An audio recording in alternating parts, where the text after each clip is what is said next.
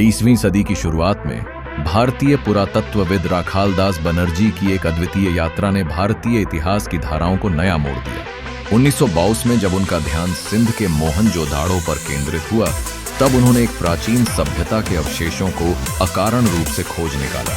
उस समय तक वैदिक काल को भारतीय इतिहास का सबसे पुराना उदाहरण माना जाता था, लेकिन बनर्जी की खोज ने यथास्थिति को चुनौती दी। खुदाई के दौरान जब उन्होंने बौद्ध स्तूप के नीचे असामान्य ईंटें और कलाकृतियां पाईं, तो उनका मन रुक गया। ये वस्तुएं बौद्ध काल से बहुत पुरानी थीं और उनकी संरचना में एक अलगता थी। जैसे जैसे उन्होंने गहराई से खुदाई की, वैसी वैसी अद्भुत मोहरें मिली, जिन पर एक अनकही लिपि खुदी हुई थी। ये मोहरें मेसोपोटामिया की समानता दर्शाती थीं, जिससे यह आशंका प्रबल हुई कि वे किसी अत्यधिक प्राचीन सभ्यता के अवशेष हो सकते। राखालदास की खोज ने भारतीय पुरातात्विक जगत में हलचल मचा दी।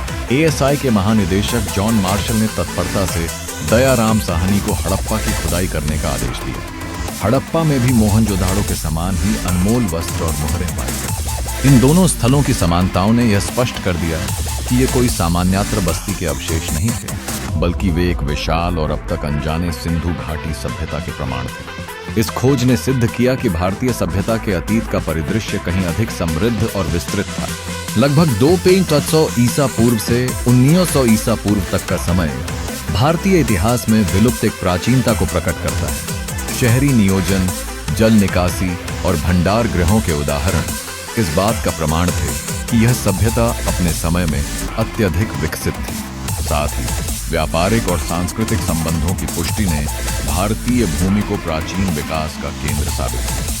राखालदास बनर्जी की यह खोज एक नई दृष्टि के साथ भारतीय इतिहास के एक खोए हुए अध्याय को फिर से लिखने का प्रतीक बन गई। उनकी लगन और दृष्टि ने एक अनमोल गहना उजागर किया, जो भारतीय सभ्यता के समृद्ध अतीत के रहस्यों को उजागर करने में सहायक सिद्ध हुआ। यह कहानी सिखाती है कि अतीत को समझने के लिए हमें मिट्टी और ईंटों के नीचे छिपे रहस्यों की खोज करनी है।